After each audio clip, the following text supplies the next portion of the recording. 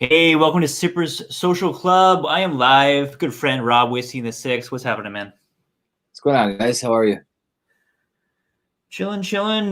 We just cracked a new bottle tonight. This GlenAllachie. This bad boy right here.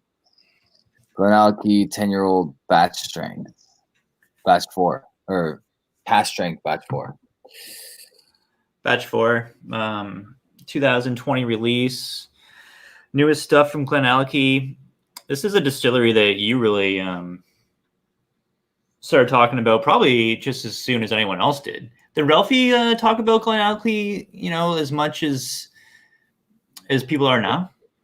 You know what? He collaborated with them, and he actually had a distillery interview with Billy Walker. But GlenAllachie, like, as soon as the writing was on the wall, right? Like all the GlenDronach fans that knew a little bit about GlenDronach, knew a little bit about Billy Walker. As soon as they saw Billy jump ship to buying GlenAllachie, they're like, "Yeah, this is the distillery to look out for." Like, obviously, Billy knew something that nobody else knew for him to buy this distillery, right? Like, yeah, you think like Billy Walker just knew in like the whiskey circles that they were sitting on a lot of good inventory and thought that it'd be a great opportunity for him to go in there and work their casks and put out a really good quality product, like, or is it just something that he was like, got to get out of GlenDronach? Interesting. I would love to see that interview. I'm sure Ralphie did a good job of it. yeah, I don't know if they go too much into detail as to why he left GlenDronach, but I mean, the people he bought GlenAllachie with were no slouches either. Like, they are all well-to-do in the whiskey world, like in the Scotch world. So I think there's two other people that were from other distilleries, if I'm not mistaken, and yeah, it was. I mean, he definitely didn't make a mistake, because so far everything they've pumped out, I haven't had a bad GlenAllachie. I've had some mediocre ones, some like that I was hoping for more from, but nothing off-putting, nothing bad from that distillery. I think like everything I've had from them so far has been great. Yeah, Jasper's in the chat saying that there's some voodoo recasking magic they got going on there. Yeah, this cask strength 10-year-old has a lot of unique characteristics to it. yeah. So I'm pretty sure I could be wrong. Maybe Jasper can fact check this, but I'm pretty sure that each one of their expressions, other than some of the older stuff, is a combination of Virgin, PX, and Oloroso. So if that's the case with this one, I wouldn't be surprised. And we were talking about this a little bit off camera. I wouldn't be surprised if they heavily charred a barrel or a couple barrel or like a bunch of barrels before they bottled this, and then just threw some of that PX whiskey into the heavily charred virgin oak or something of that sort, because this is a neck pour. Like, this is my second dram out of this bottle tonight. Like, I just opened this bottle, 56.1%, and it drinks, like we were saying earlier, like it's 46%. Yeah, it drinks like 46, and very unique as far as what I'm getting, as far as like a creamy vanilla. We were talking about how it's kind of like almost like a whipping cream, like a heavy cream aspect you get. And if they are just throwing this into like heavily charred virgin oak, I mean, I guess you could dot the lines as far as that concerned, because you do get that. And I mean, it's great. It's the good thing about doing these like multiple casks is the complexity just gets cranked up, right? You get all these different aspects to the whiskey that and then you get Billy Walker, who can, blend it probably as well as anyone else. Yeah, it just exactly. turns out so well. I don't know. Like, so the batch 3 that I originally have, my good buddy Dave gave me the bottle. He cracked it. He had a few drams out of it. It wasn't his thing. but he knew I loved GlenAllachie, so he gave me the batch 3 that he had opened, and I fell in love with it. I absolutely fell in love with it, and like I remember reviewing it pretty early on and really liking it. I gave it an 88 in my review. Mhm. Then like every time I went back to it, the mark went up like a half a point. So by the Yeah. time I got to the heel of that bottle, I was like probably close to like a 91. Which is unfortunate for like what we do, because if I had to review everything that the mark changed in the bottle, like I'd be doing that for every single whiskey I've ever had. You know what I mean? It's very difficult to say that this whiskey is a 90 now and it's going to be a 93 by the time you're finished, or vice versa. It's gone the other way for me as well, right? So, or like I really was pumped about a whiskey, gave it like a higher mark, a 91. I actually think I did that with the GlenAllachie Port single cask that I recently reviewed. I gave it like a 91, 92, and then I'm like, nah, this is like more like an 89, 90, and that's with water. So like it changed for me. I'm not sure why it changed. Maybe it was like whatever I had that night made that whiskey really, really good when I went to go review it. I'm not sure, but Yeah, I mean, went to like that. I cracked this bad boy yesterday, and it's just to like just about the shoulder now, and just changed overnight. You know, lots of different notes I'm getting now that I previously got yesterday. Yesterday, I thought it was very much kind of like the Aaron 18 sherry profile. It tasted somewhat similar. Now Yeah. it's different. Now I'm picking up more of that creamy vanilla aspect to it. Um, so Mhm. yeah, I mean, I'm sure that this thing's going to be a bit of a chameleon and change a little bit every time you try it, and that's what I absolutely love about Scotch is exactly that. Yeah. Couple people in the chat, some familiar faces. What's up, Narvi? What's going on, buddy? Put on Narby. Interested to hear your opinion on Craig Allachie in general and what you think about the stuff that's coming out recently from them. He actually Uh, told me he bought a bottle of the GlenAllachie Batch 3 10-year-old cask strength. So there you go. He'll be able to give us his opinion shortly. nice. Our good friend Peter White in the chat. Yeah, this is batch 4. This is the new one. So we got these from the UK, right? You guys brought these in, you and Jasper. Yeah, Jasper sent them to his family, and then you know the roundabout way of doing it. It was Right. because Paulo really wanted that 89 single cask, so it gave us an excuse, right? You got to add a couple more to make the shipping worthwhile, right? That's the way you got to do it. Nurse Dave, hey, first time watching us live. Thanks, man. Thanks for tuning in. Cheers. Cheers, Dave. And Sasha in the chat. What's going on, buddy? What's going on, Sasha? Here's a question for you, Rob. You want to answer this one? So, hey guys, do you know a good whiskey with hints of maple? My father loves it.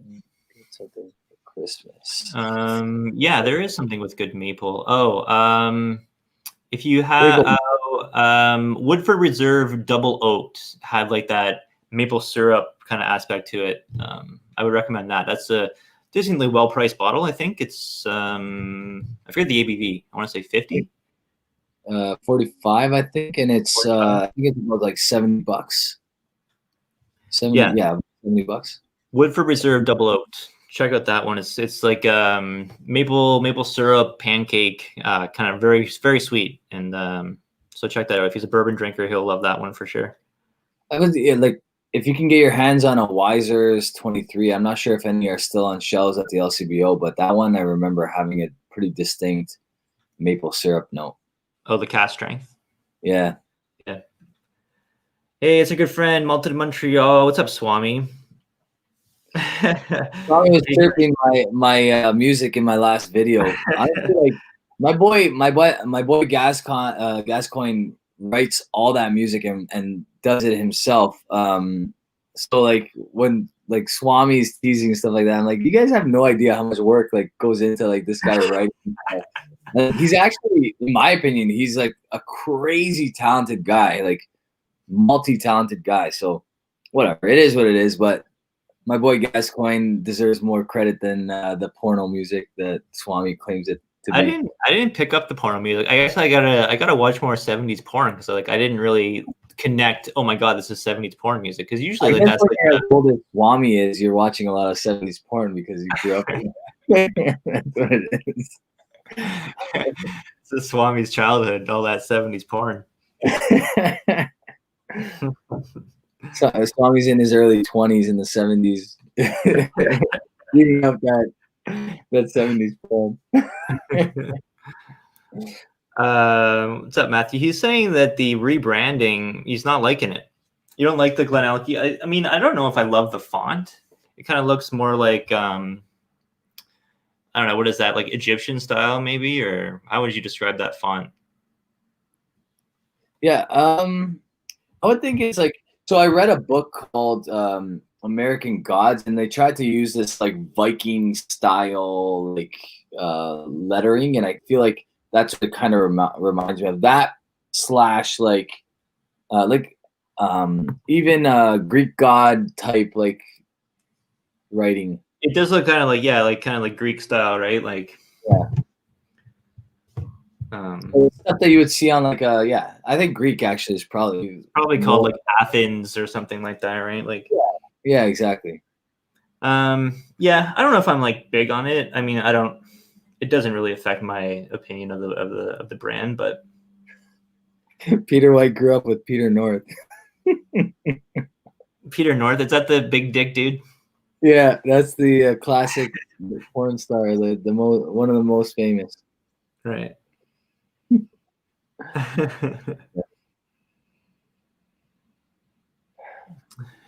Jasper is more of the minimalist type. You know what I really like about what is it? Adelphi, the independent bottler. Yeah, very minimalist labels. You know, they're just like this big at the very end of the bottle, showcase the natural color. Yeah, I mean, I get it. Adelphi usually puts out some pretty dark whiskeys as well. Adelphi puts out good stuff. The 2020 GlenAllachie's were just like super dark. Like even the new 12-year-old looks almost that color. Like it's crazy. I don't know what's going on. That's some like casting voodoo, but get a good like color sample of that. I mean, that's like dark, like really dark. Yeah, that's super dark. So we think, or you know, that this is a combination of PX, Oloroso, and Virgin Oak. So there have been up until this point. I'm just gonna confirm that right now because I don't want to mislead our friends. But I'm almost certain it is. Yeah. Where is it? I definitely agree with Stephen that the new Aaron branding is on point. I do like it. It's a lot cleaner. I think the old Aaron was kind of like cartoonish looking. It kind of looked almost kind of, I don't know, say like juvenile or bottom shelf. But their new stuff looks very, very sophisticated, very clean. I like it a lot. Yeah, so it's PX and Oloroso sherry punch-ins with plus virgin oak. So it says plus virgin oak at the end. I wonder if that's a little bit of a tell on what we were talking about earlier. I really wonder if they finish all their newer whiskeys that are a combination of casks in heavily charred virgin oak for like a year or something, just to kind of like iron it out a little bit. Because honestly, this drink's a lot lighter than it actually is at 56.1%. It drinks 46 without a doubt. Yeah. I mean, this is potentially like a hell of a whiskey, and you guys got these for a great price, right? Yeah, like all in, I think they came out to about $125 each, and that's including like the shipping to Alberta, the shipping from Alberta to us. So like we're talking like multi layers of shipping here, and it's still, like what were these things in the UK? Like what, like 50, 60 pounds, something like that? It's usually like Jasper says, it's usually about the doubling factor. So like if it was about 60 pounds, then it's going to come into about $125. So yeah, probably. for 60 pounds, this is a value buy right now for sure. I mean, oh yeah, my goodness. Yeah, like I would love to give this to like a whole bunch of people blind and have them guess the ABV of this, because there's no chance. I would bet good money on it that they're picking this to be over 50%. Yeah. Yeah, I would think it drinks like 46, pretty much straight up. Donner Pass in the house. What's going on, man? It's got a 1 liter mini barrel. 10 more days until it's ready to make PX cask finish whiskey. Cool, man. What are you going to throw in there? What kind of whiskey are you going to put in there? Nice. Got the PX going. You know, I don't have any mini casks on the go right now, but I should season something up. I was talking to Jasper. We should talk about doing like seasoning 1 cask in like a wine, and then another cask in like a rum, and then putting 1 whiskey in, maturing it, and then putting it into like the rum cask and doing like a double maturation. Kind of be interesting. That'd be cool. Yeah. Maybe we should do like a cask off, like get the same whiskey, right? So we buy the same bottle of like a very tired, like standard release, maybe something cask strength preferably. I think the best whiskey to do it with is like an older, like a 2017 or a 2018 Lagavulin 12-year-old, right? So you get that like Lagavulin 12-year-old cask strength, and then you choose how you're going to season your barrel. I'll choose how I season my barrel. We do it, and then we like ship it off to people blind and then have them choose. I love that. I absolutely love that. Yeah. I mean, that's a good whiskey to pick. I think, picking something peated and picking something that's only been matured in ex-bourbon is the way to do it. It just takes on, sorry, my cat. It takes on the finish like just that much better, I think. Swami's saying it should be unpeated. Why? Peated is more fun. I think something that's like heavily peated masks any kind of like imperfections in the mini barrel seasoning. Yeah, I agree. So Donner doing a Cadenhead Deanston 10, a Cadenhead Tomatin 9, and an Old Particular Colila 8-year-old, all cask strength, all refill expert. Yeah, it's probably going to be great. Yeah, that sounds good. Yeah, it's probably going to be really good. Is there a way to like heavily char a mini barrel? it comes toast. I think they all come toasted, but I don't know. How do you get them heavily charred? I don't think you can take those things apart. Once they're like glued together, they're glued together. What if you like stick the torch inside the little just Yeah, those mini casks, like they're not really meant for like maturing whiskey. They're great for seasoning with wine and then doing it, but right. What's up, buddy? You want to come on screen and talk to everyone? Can you hear him meowing in the background? Yeah. He's hungry or something. No, he's well fed. He wants to hang out. Come here. Come say hi. Man, I really like this whiskey. I'm really happy we got it. Yeah, I'm really happy with it too. It's just starting to like unravel itself, Yeah, I think it's gonna like be much better in about a couple weeks time, because like I said, with the batch 3, I got it after my buddy had it open for probably about 2-3 weeks, and then it was already for me getting close to its money zone. And then as it kept going down the bottle, I was like improving every day. So I don't know. I think I have to open one of my backup batch 3s in order to see which is the better whiskey. But this definitely isn't as hot as the batch 3 for sure. Yeah. Yeah, he's a well-fed cat. He's a lot of fluff, but he's a big guy. He's a half Mancoon, so he's got some girth to him for sure. Steven's doing our big wee beastie. That's not a bad idea. He's doing some Buffalo Trace White Dog. That's what I wanted to do too. Is just take some new make and just do it from like the very beginning, you know? So I did that with a sherry barrel, and Last Straw gave me a 100% rye new make. You remember that? Yeah.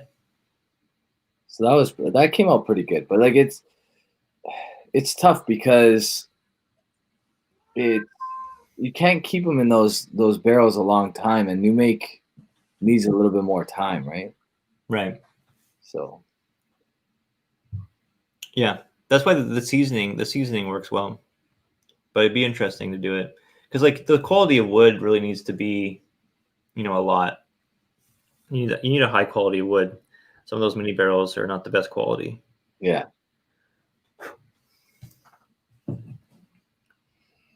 Something else I got today. It's Foursquare. You're a big advocate for Foursquare. This is the 2008 12-year-old. It's really good. I gotta try one. Foursquare's banging out some like awesome whiskeys. Even have you ever tried Kill Devil? It's basically this one is basically Foursquare. It is Foursquare, I should say. Yeah. I think it's ex-bourbon cask, 12 years old. So my neighbor we both bought a bottle of this. He brought it out one night and poured it for me. I thought we were drinking whiskey for a little bit. I'm like, wait a second. Because I hadn't revisited this in a long time. You can't tell. Well, maybe you could tell a little bit on not on the camera, but like this is pretty much. I've had like 2 or 3 drams out of this only, and that was a while ago.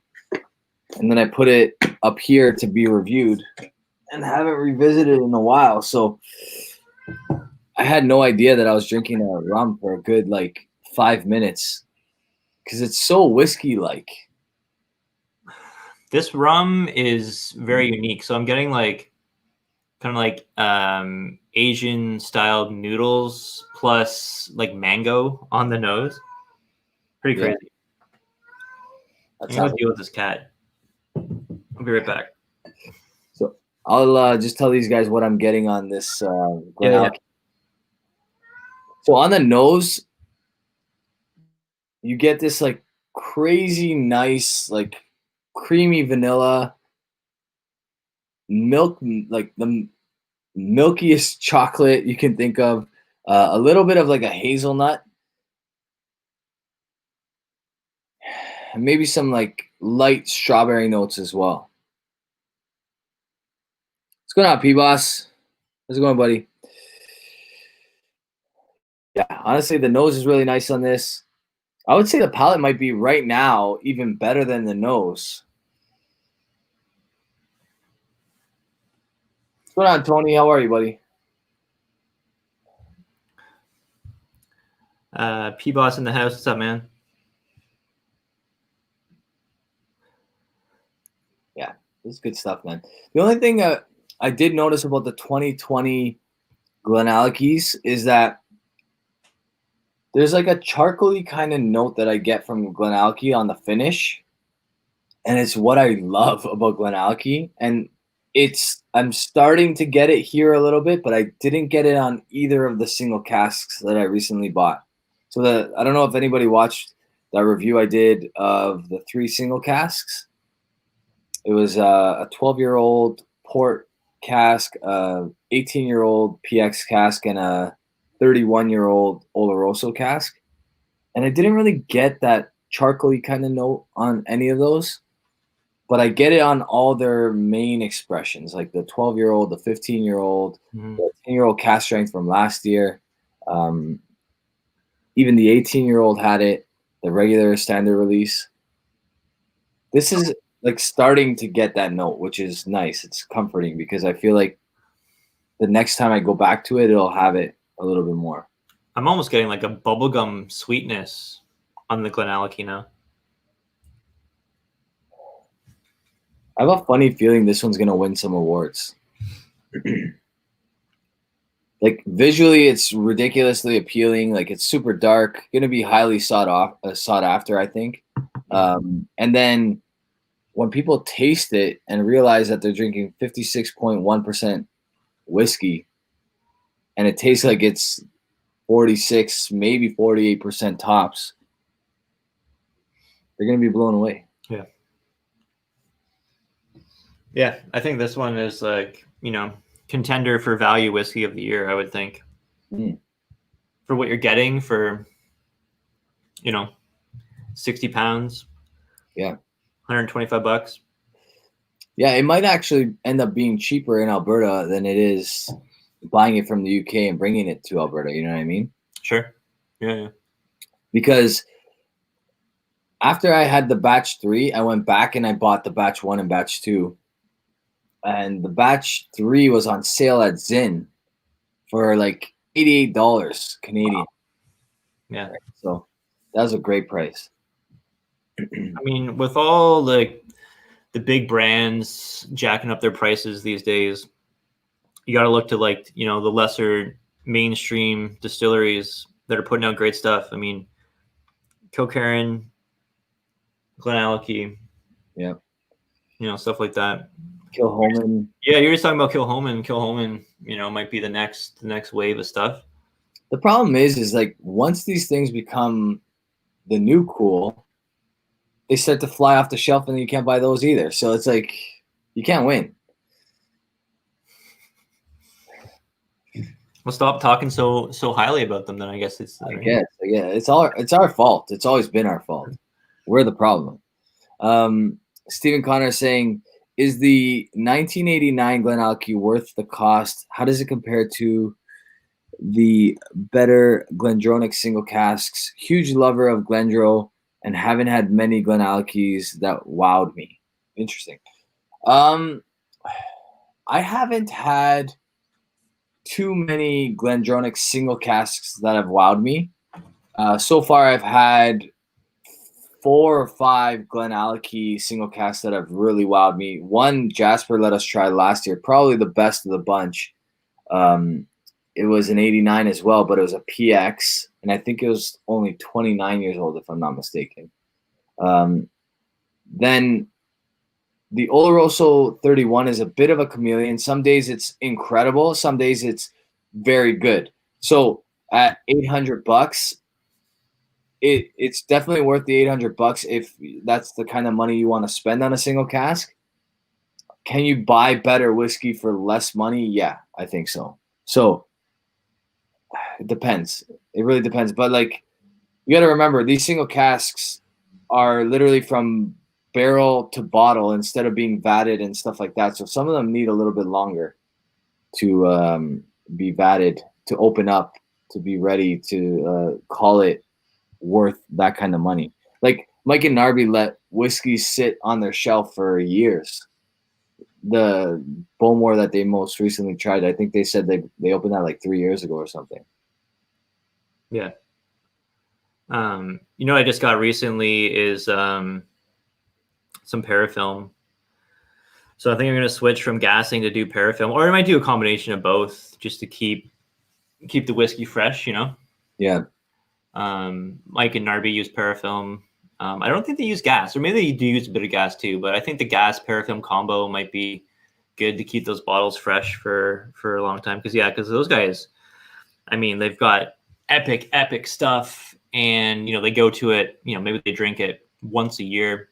So their plan is to keep those bottles for 10 plus years. Yeah. And I know they have like some temperature controlled spaces they keep their stuff in. Yeah. But yeah. I bought this on secondary market. I'm not sure. I think these guys that had this Foursquare brought it from the UK. This is a 70 CL. So I'm pretty sure they brought this in from UK. I got it in the secondary market. Yeah, most of the Foursquares are coming in from secondary market, right? Like you're not finding it at the LCBO. The LCBO was supposed to get something from them for a while, but nothing came. Yeah. Who knows? And I don't think Alberta gets Foursquare pretty much at all. So Donner's saying that the Kilkerran 8 sherry cask made it to the US a few weeks ago, but it's 110. 110 USD. I'd still buy it for that price, I think. What do you say? Mm-hmm. I mean, I'd buy 3 at that price because it drinks like it's 15 years old, and it's really nice. Yeah, it's really nice. Yeah. Yeah. Yeah, definitely worth it, I think, for sure. I mean, I know like originally it was like $80, but probably the best value Scotch purchase in the last, year, couple years probably. So Travis makes an interesting comment here. He's saying, I heard the 4-digit cask number GlenAllachie's have all been re-racked, and the longer digit casks are original casks from the previous owner. I'd be curious to know like which ones are better, because my biggest complaint about the newest single casks is the balance. There's not a lot of balance. Like it's very robust and in your face and very good, but like it's still kind of like a little bit like layered, not blended. Like it hasn't married very well. So you could tell that there's got to be some like heavy sherry new casks that they use to get that color, to get that, Yeah. color. You think they're throwing these through, like, finishing them in like a wet cask, maybe? Maybe not a wet cask, but like a brand new sherry cask or a brand new virgin oak cask, or like a brand like the PX and the Oloroso from this year are black. Like I don't have them on me to show you, but like literally 3 shades darker than this, and this is pretty dark, right? So like you can't see through those bottles at all. Yeah. So I think Travis is right. I think they might be doing that. I think that was kind of Jasper and my own suspicion when we saw them, because it's way too dark compared to last year where the casks were like pale, like very light. All right. Yeah. But that's not necessarily a bad thing. Like you gotta do what you gotta do. What's up, Bill? How's it going, buddy? What's everyone got in their glass tonight? Yeah. You guys, drinking something worth sharing? Let us know. You know which one I keep revisiting and I keep enjoying a little bit more is the new port and wine Lafroig. Yeah. You know what? Paulo graciously sent the bottle this way. Traded for it, kind of. I cracked this the other night. It's good. I'm going to do a review of this versus the old Purchase Port. One of the best, the old Portwood. So it'd be interesting to see these head to head. I'll do it blind and see what comes out on top, because I really do like this one quite a bit. Yeah. But yeah, first impressions of this are pretty solid. Yeah, I really like it. I'm glad they went back to port, because it seemed to work really well in that first purchase. Have you ever had the other one? It's called like a Bodor or something. It's like it's port, but it's like I feel like it was a travel exclusive, maybe. I've never had it before. Do you know what I'm talking about? I think I do. The only travel exclusive I've had from them is one that I think Paulo grabbed. I can't remember when though. It was a while ago. Yeah. Or maybe I'm thinking of something else. Yeah. Yeah, Billy is re-racking like crazy. For sure he is, which I'm fine with. I don't want him to go too far away from that GlenAllachie characteristic, because he built like the last 3 years on that characteristic. I loved it. Like, so last year, the year before that, whatever flavors he was getting out of those barrels, I love that. So like, don't go too far away from that, just to make it look cooler and darker, and you know what I mean? Yeah. I know you're gonna get a lot of the people that buy based on visual appeal for like color like that, but the quality, you don't want the quality to diminish just because like it looks cooler. Well, I mean, I get it, but I mean, again, they're selling their stuff in a box, right? So I don't know if like the color is necessarily what they're trying to sell you. Maybe. I don't know. Well, I think we're all creatures of that, like that dark, like especially Scotch lovers. They love that dark looking whiskey. Well, yeah, you do. I do, but You love it. it's a trend. Like it's definitely a trend. Like look at Springbank 21-year-old this year compared to last year. Last year is probably just as good, if not better. But people don't even let that new Springbank 21 hit the shelf before like it's gone because it's so dark. Right? Well, I think it's coming off the coattails of the 2019, which was a great whiskey. Yeah. Let's hope it's because of that, but I have a funny feeling it's because it's like 10 shades darker. Yeah. Right. Like I remember Narby pointing that 21-year-old in my direction, saying it just got released from the UK, and before he was able to buy a bottle, it sold out in like minutes. Yeah. And he's like, I've never seen this happen before. I'm just so afraid that the only way we're going to get it is on the secondary, and I just don't want to pay even more money for a Springbank 21 that's already, $400 or $450 or whatever it is. Well, I'm curious because like the 2019, you still can't get that much money for it on secondary. Like you're not able to, like, it's not that much more expensive on secondary than it is on retail. So I wonder what this one could possibly go for. Like really. Yeah. I've had 3 GlenAllachies in there. Yeah, you want to talk to that? The metallic note? You said it was more kind of like a charcoal. So yeah, I think some people call it this metallic note, and I think that's like it's definitely like you either love it or hate it. I don't view it as a metallic note at all. I view it as like this like charcoaly smoke kind of note, and I really enjoy it. Like I like that finish. Mm-hmm. He's gone away from that, to be honest with you. Like I don't get it as much in the GlenAllachie 10 batch 4. Mm-hmm. So if that's like a lot of people's deterrent, maybe that's why he did it. Maybe that's why he's recast so many. But I really enjoyed that about older GlenAllachie. It reminded me a little bit of the finish on some of the older Highland Parks. It would be like that, like charcoaly, like not necessarily peated smoke, but it's like more like a charcoal barbecue kind of smoke. Yeah, I mean, I can't really speak to it that much. I mean, I've had whatever you've had for the GlenAllachies. This is actually the first bottle that I've owned, I think. I think so. I don't think I've ever purchased one prior to this, and I've just had whatever you've had. So can't speak to it, but I mean, I'm really liking this on first impressions. Yeah. And I don't get the metallic note. Lots of sweetness on the finish, lots of creamy vanilla, and I get that little like sweet bubblegum kind of note to it as well. Mm-hmm.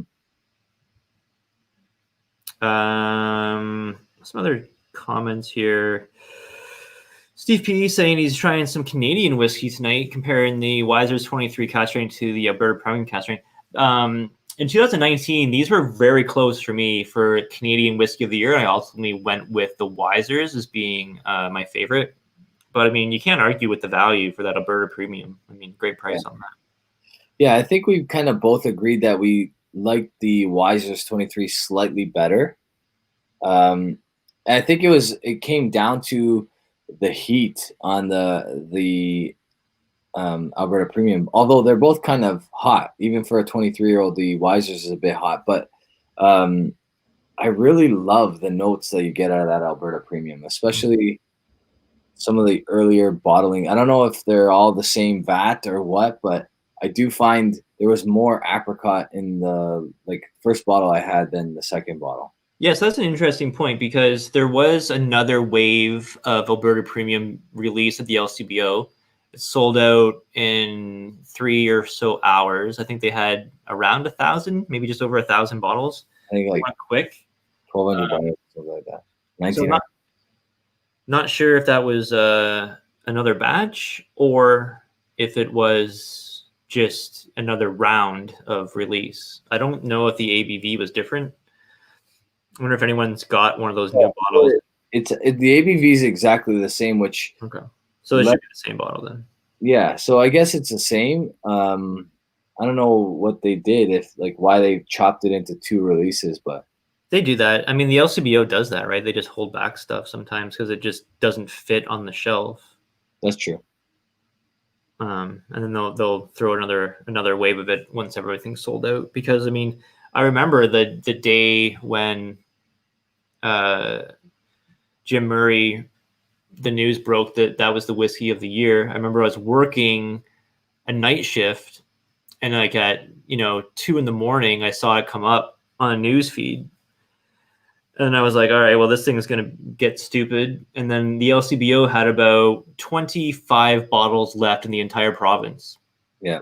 And there's a store close to my work. So I finished work at 7 a.m. and drove to the store that had 4 bottles in it.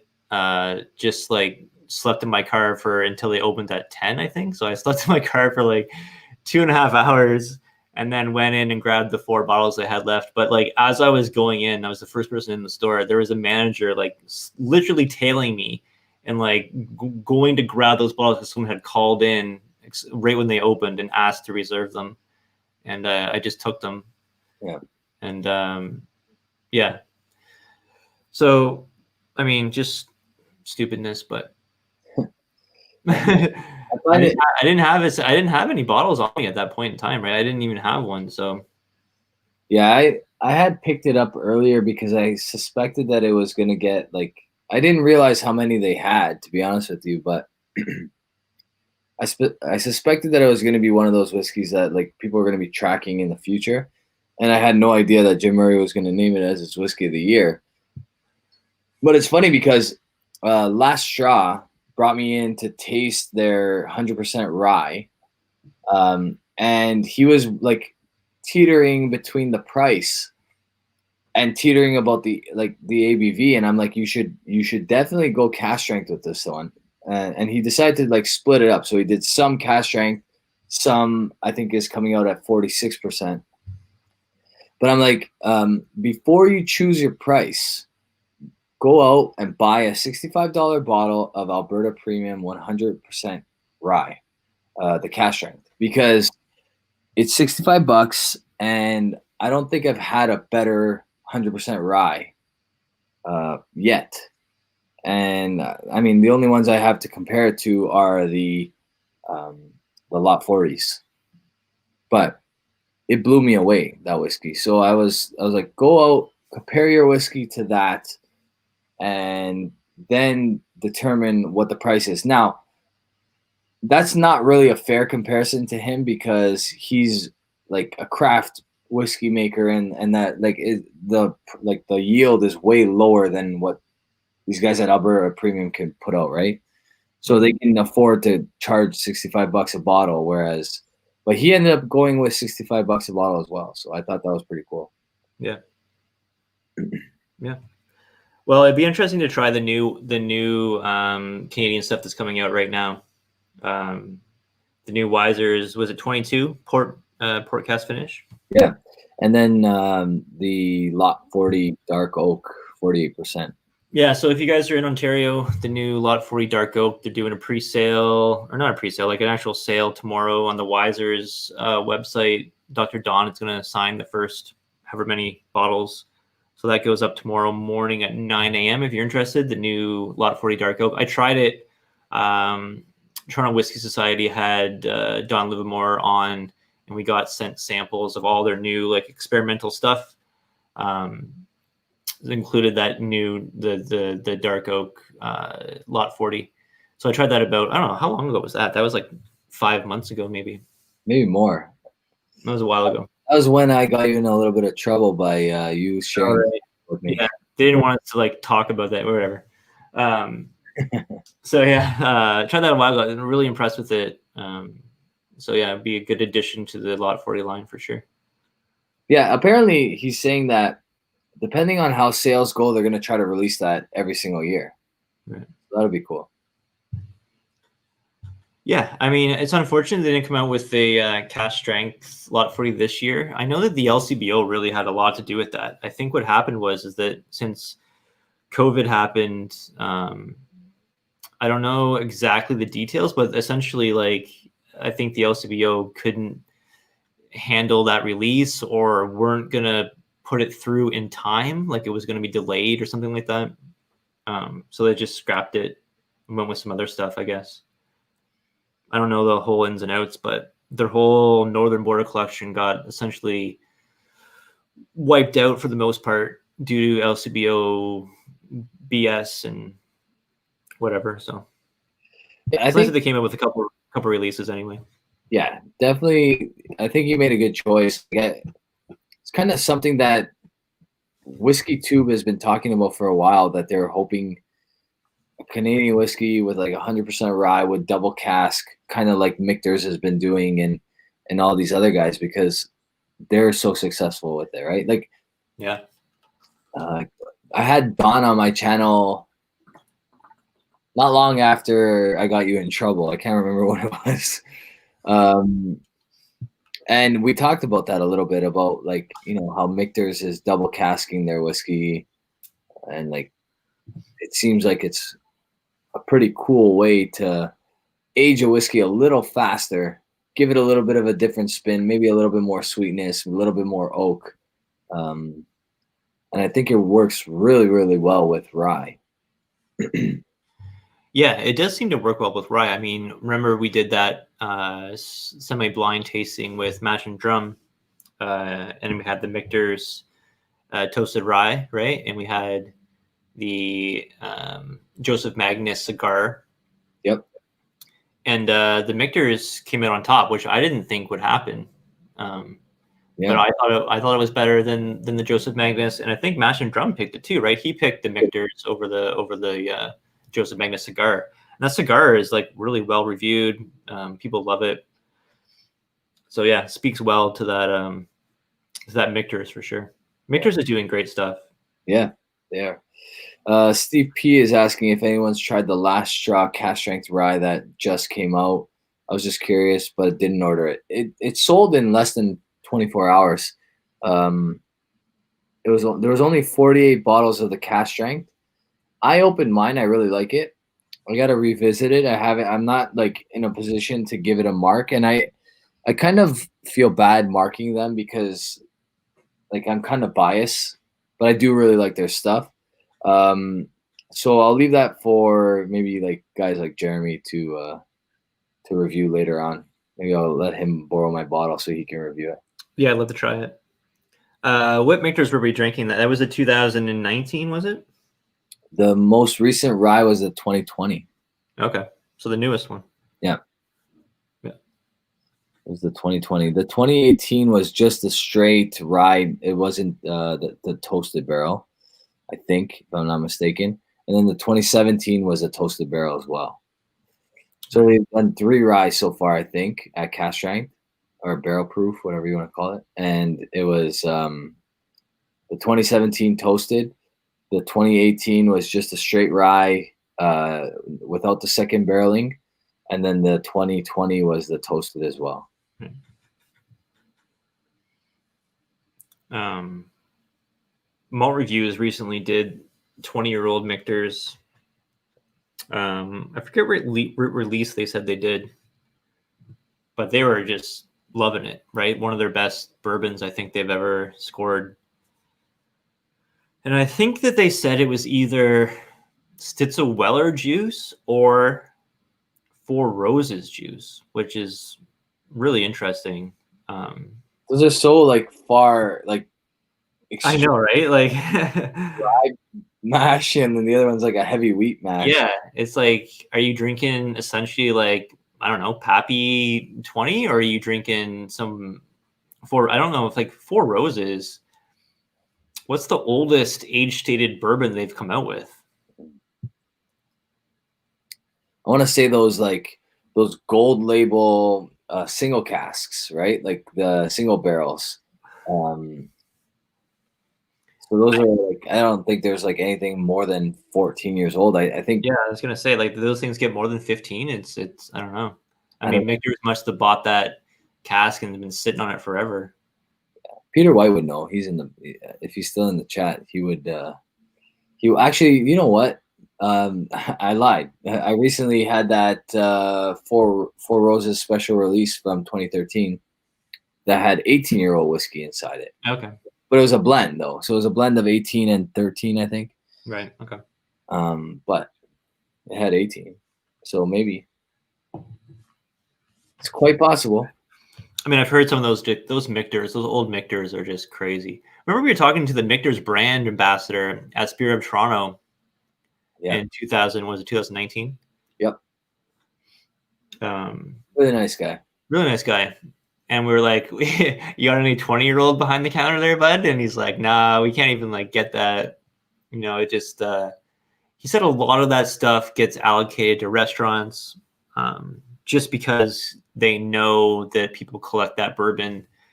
And if they don't sell it to a restaurant, it's not going to get opened unless it goes in malt reviews to open everything. But yeah, a lot of that stuff goes to restaurants and it goes to bars. So it gets opened and gets shared, which I think is great. But yeah, I love to try more of that. There's a Facebook group that does samples. It's like a secondary market samples group. But I mean, to get a sample of Michter's 20, you're looking at like around $200 an ounce US. Wow. So yeah, it's an investment, but probably one I'll eventually make just because I'm just so curious to try it. You know? What's that go for retail? I think retail on 20-year-old is like, man, I don't know. I don't want to like completely be wrong about this, but I think it's like, it's like 1,200 or 1,500 or something. Yeah, I think like the LCBO had it for like 1,500, maybe a little less. So maybe like 1,200 retail for 20-year-old Michters. I'm not sure. It came and went. Like I don't even know if that was like a lotto bottle or some guy at the LCBO that works like high up in the rankings just took it home. Yeah, because I think secondary is 5 times that. So yeah, make a quick, $4,000, no problem. Yeah, I saw it for $2,000 USD in Buffalo. Arash is saying. Okay, so yeah, so if Arash, you saw it for 2,000 US at a Buffalo store, then yeah, I mean 1,200 probably makes sense for retail, like MSRP. Yeah, something like that. Most bourbon that are like priced heavy at retail don't really have much of a secondary market. Yeah. Except for recently this bad boy right here, which I have an open bottle of downstairs. What's that, Wild Turkey?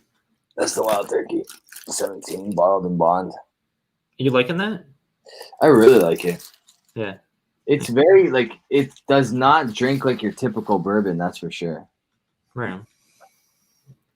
So. Hey, Arash, I'm going to see you on Saturday on the Zoom.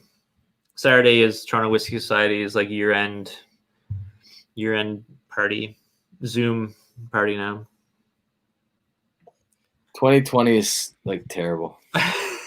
Zoom. It's just not the same, you know. It's not the same. Those words should never go together. Virtual Zoom party. I don't know. Cheers, bud. See you there. Yeah, I mean, like we had some really fun times. Like, you know, we always do like the year-end heels party. Everyone would bring like a heel or two. It was a great time. But yeah, now it's just like you're drinking by yourself. I mean, yeah, there's other people around you, but not the same. Have you had the 2020 Macallan Classic Cut? I haven't, but I heard they added bourbon cask for the first time to these. That's what Travis is saying. Yeah, that's unfortunate. I mean, Macallan has just essentially disappointed me at every turn in 2020. And it's no offense to anybody that works for their brand. Like I really hate that it seems to offend the people that like we're friends with and stuff like that. But I'm talking about like Macallan producers, like the guys that are in the distillery making the decisions, like their 17th brand new master blender. Like they've gone through like 18 master blenders in the last 3 years or something like that. Like it's ridiculous. And I really don't understand what the hell they're doing. But doesn't Macallan have like a team for each kind of like section of their portfolio? Like You know, there's like people that just are in charge of like this section of whiskey, like, you know, like the Lalique stuff. Like there's a brand people for that, and there's like a whiskey maker for that, and there's like a blender for that who just takes care of that, and there's someone else for each, you know, department. And it just seems like they're all over the place. And yeah, their quality, their prices have gone up at Right. like just Quality, crazy. The quality has not matched it. no, and like ever since Bob Delgarno left, nothing's been the same. Yeah. Nothing. Like I don't think a single thing has been as good or better than when Bob was there. And obviously, we're I guess not old enough to be in like the predecessor, like to have tasted a whole bunch of stuff from the predecessor, but like I guess like that Macallan 18 1997 that you have is in that category. I don't think Bob Delgarno had his hands on that. Something is definitely wrong, and I do feel it's because they've rebranded, they've opened up this like state of the art facility. They feel like they need to like take on this whole new persona, and like they've forgotten their roots. They've forgotten like what Scotch is all about.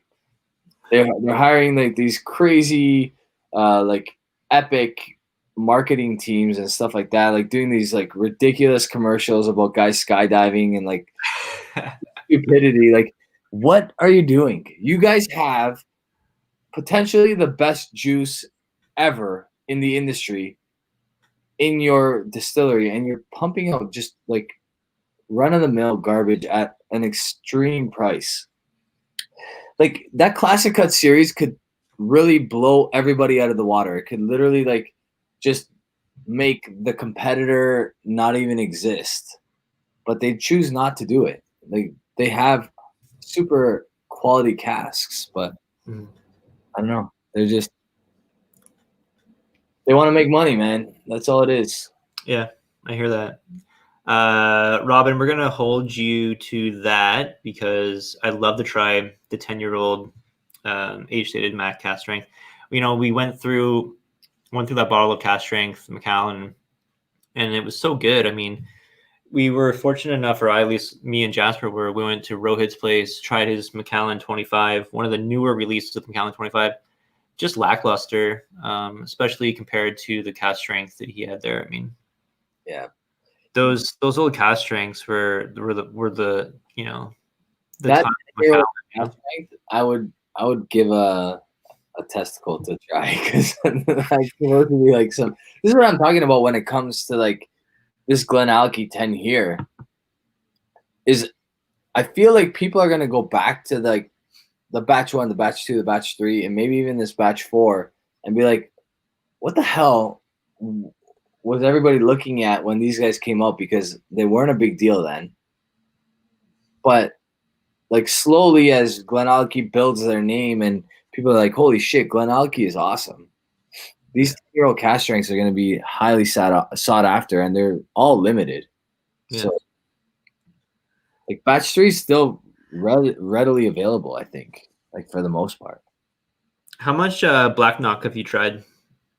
I haven't had any, to be honest. I don't think I've really had. I've maybe had one sample of something that I forget what it was at this point. So I don't know about Black Knock. I mean, Jasper, why don't you tell us what you think? I mean, I don't know. I just haven't had enough to even know what they're about. Ralphie's like giving them some like glowing reviews. I don't know anything about them other than like Ralphie, but I know that they're available now for us. But yeah, I don't know. I haven't been willing to drop the dollars on them yet. Robin, man, where are you located? Right, he's in Ontario, I'm pretty sure, right? Like you're close. He's close to us. He should crack that bottle live on one of our channels. Robin is super close to us, I'm pretty sure. That'd be cool. New Aaron 18 label or old label? I like the new one, man. I love the new one. Yeah, go new. New. I love the new branding, like the new bottling, the labeling, and the quality of the whiskey inside. Like I think it blows the old 18 away. I'd be curious because did you have the new one in your blind tasting? Yes. And did you have the old one in your blind tasting as well? Oh, you didn't use the old one. No. Interesting. No. Interesting. Yeah, so tomorrow I got a video dropping top 18-year-old Scotch whiskeys, semi-blind taste, 12 different bottles, and pick my favorite. So that's dropping tomorrow. Little competition going on with the Patreons to see if they can guess my top 5 in order. So far, no one's been that close to guessing it because probably like the results are a little out of character of what even I would think that I would pick. But that's the beauty of doing something blind is, it depends on your mood of the day and whatever's speaking to you at the time. So interesting results for sure. So check that video out tomorrow. That comes out tomorrow, late morning Eastern time. So can we get like a rundown of what the whiskeys are that are involved in that video? Yeah. So it's the Aaron. They're all 18, right? So Aaron 18. Let me just pull up the list so I don't get it wrong. I'm gonna guess live on camera here, and we'll see if I'm correct tomorrow. If I'm correct, I'm taking that Brewer 35 out of your. Yeah, that's not an option. Not an option for the prize, but All right. I'll pour you anytime you want a sample of that. I'll pour you that. All right, so this is what's in my video. So these are the 12 18-year-olds that I tried. The Aaron, Bunnahabhain, GlenDronach, Glengoyne, Highland Park, Johnny Walker, Lafroig, Longrow, Macallan, Old Pulteney, Springbank, and Talisker. Ooh. All the core range 18-year-olds. Oof. That's tough, man. That's like tough. Honestly, it was a lot of fun recording because they're all great whiskeys. There's but nothing bad there. There's nothing bad that you've mentioned. Like they're all awesome. Yeah, they're all good. My top 5 pretty much turned out how I would imagine it to. I have a couple questions. With one exception, but pretty much how I would pick them, more or less. So, what year is that Longrow 18? That's a good question. That was Jasper's bottle, so maybe he can answer that. I forget what year that Longrow 18 was. So probably 2019, I would think, but I'm not sure. If it is, then it is Jasper's. But like I had a Longrow 18, I think it was a 2017. I don't know who I gave it to, or maybe Jasper stole my heel or something. That could have been the one. I mean, the Macallan is a 1997 vintage, right? So like the last year before they rebranded it to their new stuff. The GlenDronach, I think, is a 2018, I believe. The Springbank was in 2019. The Lafroig was the old discontinued green tin. The Aaron was for me, that old Lafroig. Sorry, did you get that one from me? That old Lafroig. Yep. Yeah. I think Robin lives in my old hood, Etobicoke. He's in Etobicoke, yeah. Yeah. So hop, skip, and a jump from me. Not too far. Okay, so you wanted to do like your live prediction of what my top 5 ended up being, or in order. You got to pick it in order, like 1 to 5. It's got to be in order. Yeah. Oh, man, and I can't reveal anything because you can still, like, if you're a patron of mine, doesn't matter what tier, you can post on what you think the results are, and the winner is going to get a sample from the Drink My Bar menu. So whatever you want from there. Man, that's a tough list. Like I don't envy you. I wish I knew which year that Longrow was, because that does matter. Well, ask Jasper. He knows because it was his bottle. Jasper, what year was that Longrow 18, man? I think it's 19. I think it's the newer one. Okay, I'm gonna say that Lafroig 18, man. It's not even fair to compare it to the rest of those because it's 48%, and it's just like it's that old juice that everybody, like all the old people, complain about because everything was better back then than it is now. So that's got to be my number 1. Whiskey Throttle's in the house, throwing up the jabroni. I got the jabroni, actually, the one that you gifted me over here tonight. Hey. So I'm going to go Lefroy 18 number 1 because that's what I probably would have picked if I saw what I was drinking, but who knows if I was blind. I'm going to say that, man, order is going to be tough, but I feel like I'll get close. So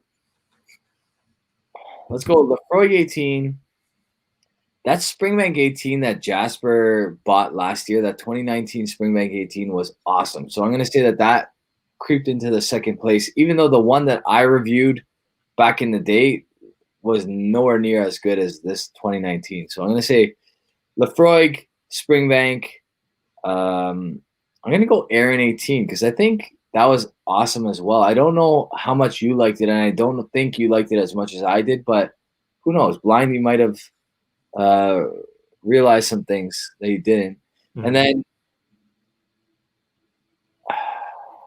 what year was that GlenAllachie 18 that you had in there? I think it was 2018. So that's a 20-year-old, I believe. That was a good one. That's a tough one. That could be up there. I'm pretty sure the 2018 was a 22-year-old, wasn't it? And the Macallan 18, which one? What year was that one? 97. Oof. So that's probably, I'm going to go number 4, Macallan 18, number 5, GlenAllachie 18. Yeah. Okay. And then number 6 would have been the Bunnahabhain 18, probably. Well, we'll see how you do tomorrow. All right. But yeah. Whiskey Throttle in the house. I think Swami was like, where is freaking Whiskey Throttle? I haven't seen this guy in forever. He's been busy, man. He's been working his butt off. Working out on location, traveling the great Canadian landscape. Yep. From Alberta to Manitoba and back. This guy knows Canada like the back of his hand. He's been to more places in Canada than I've been, that's for sure. Oh, without a doubt. Me too. Yeah. I've only actually been to Quebec. That's the only other time. I've been to more places in the U.S. than I have to Canada, to be honest. You haven't been like on the coast at all? Neither coast. I haven't been. You know what? I have not been the East Coast, and I feel like it's just a shame because I really should get out there. Oh, 100%. Like that's on my bucket list to go, like all over the East Coast. To go to BC, on the West Coast. Go to Alberta, obviously, because I have a lot of friends there. Yeah, it's gotta happen. Yeah, the West Coast is great, but East Coast, summertime, that's where it's at. Yeah, I feel like the East Coast is like, it's one of those places where if you go, you're never gonna want to leave. Like it's just you fall in love with it, and then that's it. Like they're gonna have to like drag you out of there. Yeah, because like it's like just that like old school style like lifestyle. Even the distilleries there, they don't want to share what they have going this way. Like Glen Breton, they just keep all their good stuff for themselves. Donner Pass saying that the Long Row 18 2019 release, not that heavily peated, like a jacked up Springbank 15. Interesting. I think the first time, I'm trying to remember, no, it was the Long Row 21 that I had at Jasper's place that I was not living up to the hype. No, it didn't. Yeah, that Long Row 21, man, it was very unfortunate, but it didn't live up to the hype. No, it's good, but it wasn't as good as it should have been. It had a little bit of that note that I'm not a fan of. Mm-hmm. But yeah, that Springbank 2019 18-year-old, that was really impressive. Mm-hmm. 2019 for Springbank was a good year. We talked. What a great year for pretty much their entire core range was all great, right? Yeah, I heard the 15. So when we went to Mommy's tasting, was that 2019 Springbank 15-year-old that we tried? No, it wasn't. No, because that was last summer. That wasn't even this summer that just passed. That was the summer before. It was 2019, no, 2018 summer, right? 2019, because we were on well, not lockdown, but COVID was 2020, right? Yeah. So Okay. Right. so it could have been. It could have been then. It could have been I don't think it was, just because it was Kevin who brought it, and I think he had it. Well, you know what? I don't know. I don't know for sure. But Ralphie did review Springbank 15 2019, and he gave it a big score, right? He gave it almost a 90. Was it a 90? I think it was a 90, and I really like the Springbank 15 that I reviewed. I wasn't a big fan, but the one that we tried that night in the tasting, I thought it was excellent. Like a drastic difference. Yeah, and they taste a lot different. Like I had a Springbank 15 from probably like 2012, maybe 2014, that I loved, and then I have one that I purchased recently. I think it's a 2018 or 2017, and it's just okay. But the profile very, very different, of course, with all the Springbanks. They're all kind of different, but yeah. But it's like the 15 might waver more than any other one. Which is strange, because they try to keep the 10 and the 15 the same as far as casking goes. So like they're trying to replicate it, but they just can't. No. They simply can't. I don't know why. I don't know if they're taking from different spots in the distillery, or just like, the serendipity of a cask. I don't know. DH Sales in the house. What's going on, buddy? Yeah, I would say the 15 is a pass. It's like you might as well either go. The 12 cask strength is always probably a better option than the 15, as far as I'm concerned. Although the most recent 12 cask strength that I've opened, I wasn't a big fan. What was that? I think it was the 2019. I wasn't the biggest fan. Like, it was good, but it wasn't as good as that 2017 that I have. Or 2017 is the one to get, right? Yeah, because it has the higher proportion of sherry versus ex-bourbon. Yeah, it's the opposite. It's 70-30 sherry as opposed to 70-30 bourbon, which was the 20. Right. Yeah. VH Silv, and so Dustin and Mike have been doing some awesome reviews lately. Have you been watching Mike's channel? Yeah. So they've been like reviewing some crazy good stuff, man. They keep putting out banger after banger, and just epic stuff. Epic whiskeys. The most recent one was what was it? Something that I really wanted to buy. I can't remember what it was. Actually, I gotta say, like, the last 5 things that they did, I really wanted to buy. Dustin and I feel like I have a very similar palate to Dustin. Like, we like. We're pretty. Yeah, I think I'm pretty similar to Dustin's palate as well. Yeah. Even like Mike's, we all have the same opinions on those big whiskeys too. Yeah, I agree. Like Mike too, but it seems like Dustin's buying these bangers all the time. Like, he's bringing over these bangers. Mm-hmm. Really good. That, I think that Kilkerran 15 that you have, the single cask, is not spoken enough about. Oh, it was the GlenAllachie 19-year-old exceptional cask. Yeah, that was cool. That looked really, really good. We had a really great experience with our GlenAllachie 23-year-old. Yeah, you liked it a lot. I really liked it. Yeah. I thought it was really good. I wasn't on the same. I don't think I was at the same level as you were as far as that was concerned, but good. Robin's asking signatory vintage Bunas. I have not, but I've seen some that have been like really, really dark sherry Bunas, which seem appealing. 12-year-old? Is that the 12-year-old that was?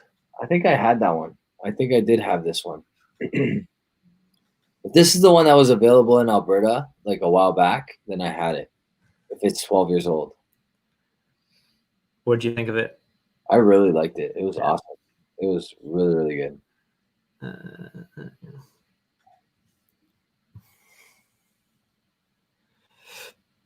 There you go. DH Silv agrees with your palate.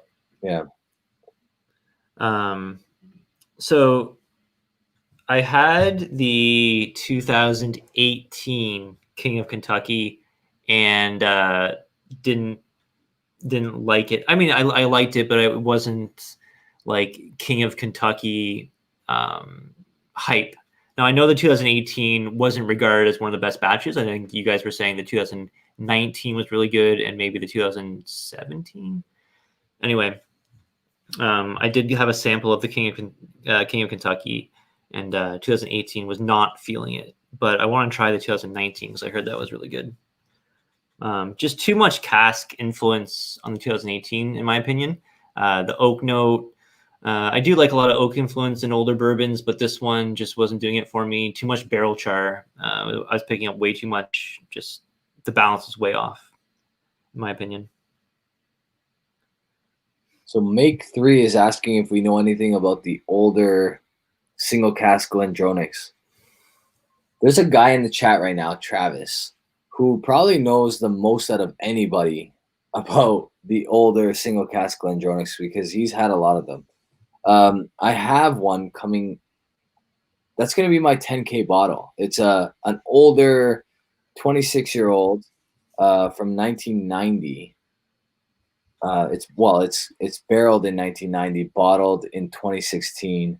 I can't remember what batch that is, but it's an older batch, and it's supposed to be awesome. I don't know. I haven't tried it, obviously, but I'm looking forward to it for sure. I just want to welcome everyone. 46 watching. Mash and Drum just finished up a couple minutes ago, so cheers if anyone just came over from there. He was doing a really good thing. 30K celebration, raising some money for troop charity. So raffling off some bottles. So hopefully you guys threw in a super chat or gave some money in that, because that was pretty cool of him to do. Yeah, honestly, Jason has grown at a like insane rate, and like for good reason, man. Like he's pumping out some awesome stuff. I mean, he is one of the most trusted voices in bourbon right now. I gotta say, I gotta say, like he's the guy to watch. Like if you're a bourbon fan, like Jason's the guy you want to get your opinion from. Like, yeah, he's the guy that I tried. Like he steered me towards Foregate. Have you ever heard of Foregate? Foregate's like not. Yeah, I've had one sample of Foregate before. I forget what it was though. It's like mind-blowing bourbon. Like for me anyway, the one that I tried. I don't know enough about it to like give it like paint the entire brand with the brush, but it's the one that I tried was like mind-blowing, and they're charging big prices for their bourbon. They're charging like $200 a bottle at retail, but really, really good stuff. You know, the bourbon that's malt reviews. Well, I guess like a lot of the bourbon channels we're talking about is the Old Carter. You know, our good friend Richard has purchased a bunch of Old Carter releases. Stocking up on those. He loves them. And someone who like scoffs at bourbon a lot of the time. He was absolutely like very impressed with some of these Old Carter releases. Notably, I think batch 3. I think that's the one that Mike and Narby did recently. I think it was batch 3 Old Carter that they really enjoyed. And I think Richard was saying that batch was one of his favorites as well. So interested to try that. The problem with Old Carter, the problem with anything bourbon for us right now is like, one, we don't see it. 2, the supply chain through the border is cut because of COVID. A lot of guys who would bring bottles over aren't doing that now. So even when like we can't get anything, it's frustrating, because normally I would probably reach out and grab one of those bottles or trade for it or something like that. But you know, with the borders being essentially shut down, it sucks because we can't get any of that good bourbon right now. It's funny because like not just all that, but our voice is not as valuable to some Americans as the American voice. Like, I've had comments on my channel like, "Oh man, this guy's Canadian. I'm out of here." That's what we mentioned in our whiskey rant one time, right? It's like talking about bourbon, and like we've drank a lot of great bourbon and a lot of good stuff. Not to the extent that other people have, just because the selection we just don't have here. But Yeah. Well, but we've drank the who's who, so to speak, of bourbon, though, right? Like pretty much all the BTAC, all the Pappies, Yeah. all the stuff that people are like seeking on a regular basis, you know? But you know what? Like malt reviews have fucking clowns telling them they don't know shit about bourbon either. There you go. Right. Right? If you're a Scotch guy, you automatically don't know anything about bourbon, right? That's kind of I remember Narby being way too nice in response to that comment. But yeah, those guys are very well drank in bourbon and everything else too. So yeah. I mean, like, I don't know. Building your palate is trying a whole bunch of different things. Like you're drinking a rum over there. You're drinking Scotch, Irish whiskey, American whiskey, Canadian whiskey. Like, so am I going to trust the guy that only drinks one whiskey, or am I going to trust the guy that drinks like all kinds of different whiskeys? that's true. That's a good point, right? If you're just like very narrow in your buying selections, if you just buy only bourbon, you buy only rye, you buy only Scotch, you buy only one specific thing. You really got to branch out. So do you say we get a lot of bourbon I can't get from Kentucky? Yeah. Well, I mean, most of it is probably secondary market stuff that we get. A lot of it's secondary. I mean, I guess we get Blanton's. Like, Blanton's Gold. Blanton's Gold is going like really stupid on Canadian secondary markets right now. But do people actually they know what Blanton's taste like? Like, have they opened these fucking bottles? Like, I don't understand what the hell's going on. Not open them. No, because it's not good. It's not good. Like, just open it and realize you're paying X amount of dollars for a 40% bourbon, which should never ever happen, actually, ever. Because like 40% bourbon is literally like toilet cleaner. Moose, trust the guy who drinks water. I can love that. Yeah, Jason is the man for sure. Did you see Narby's comment earlier? Like, it's not that far back. Springbank 2020 already 600 USD plus, and it sells out like that. I'm assuming that's like US dollars too, which is wow. Yeah, that's insane. Like, you can still get the 2019 for like 450, 500 Canadian. Right. So it's got to be the color, man. I'm telling you, it's the color. People are obsessed with color. I hate that. All right, here's one for you. Fuck, marry, kill. SAQ, LCBO, secondary market. SAQ.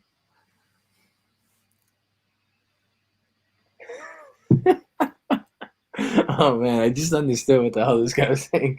All right. You've never heard of fuck, marry, kill? I have. I wasn't thinking there. I mean, this is the comment of the night right now. Yeah. So, man, I think you gotta fuck the LCBO, marry the SAQ, and kill the fucking secondary market, man. All right, I would kill the LCBO because I hate it so goddamn much. It needs to be way the fuck out. I would fuck the SAQ.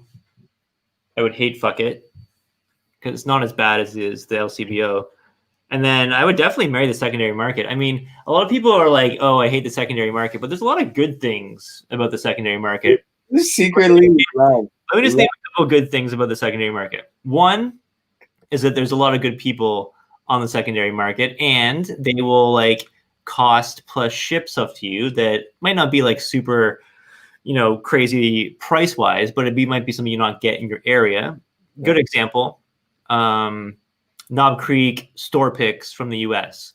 Without the secondary market, there was no way I would ever get some of those really good 14-year-old, 15-year-old Knob Creek store picks that are like $60. Like maybe I paid $75 for them, whatever, no big deal. Sure.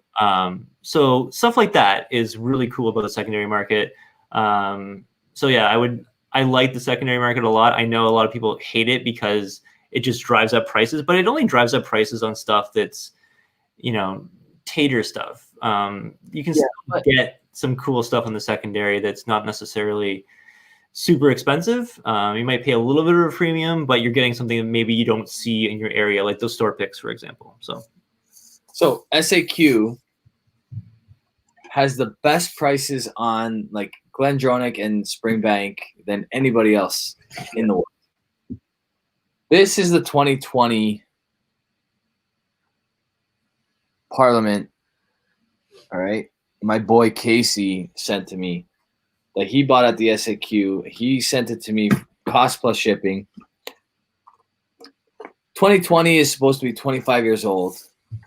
I want people to guess how much I spent on this bottle. Obviously, if you're from the SAQ or Ontario, you probably already know, but what's this going for in your area? Yeah, that's the SAQ just like came out with a great price. I mean, I think the LCBO used to have that for 235, was it? I think it went up to like 280 at some point. I can't remember when that was, but I remember when the LCBO had the GlenDronach 15, the old ones, for $120. So I remember like just hearing about that GlenDronach 15 and how good it was, and then they sold out like immediately, and I couldn't get it. But they had the GlenDronach 15, the old ones, for cheap. Mystery Whiskey's in the house, and he's saying it's $250 US where he is. Right. That's Cali, I think, right? Yeah. And then Paulo's saying 280 at the LCBO is the last price. Okay.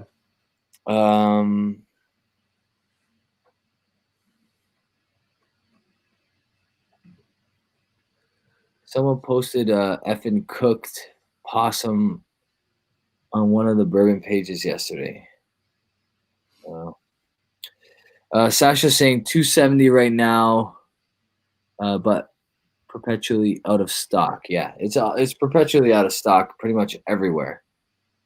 Yep, 200 plus about $20 tax in California. So we paid $200 plus shipping Canadian. So the equivalent is what, like $140 American, $150 American. What are you trying to convert? Sorry. $200 Canadian to American dollars.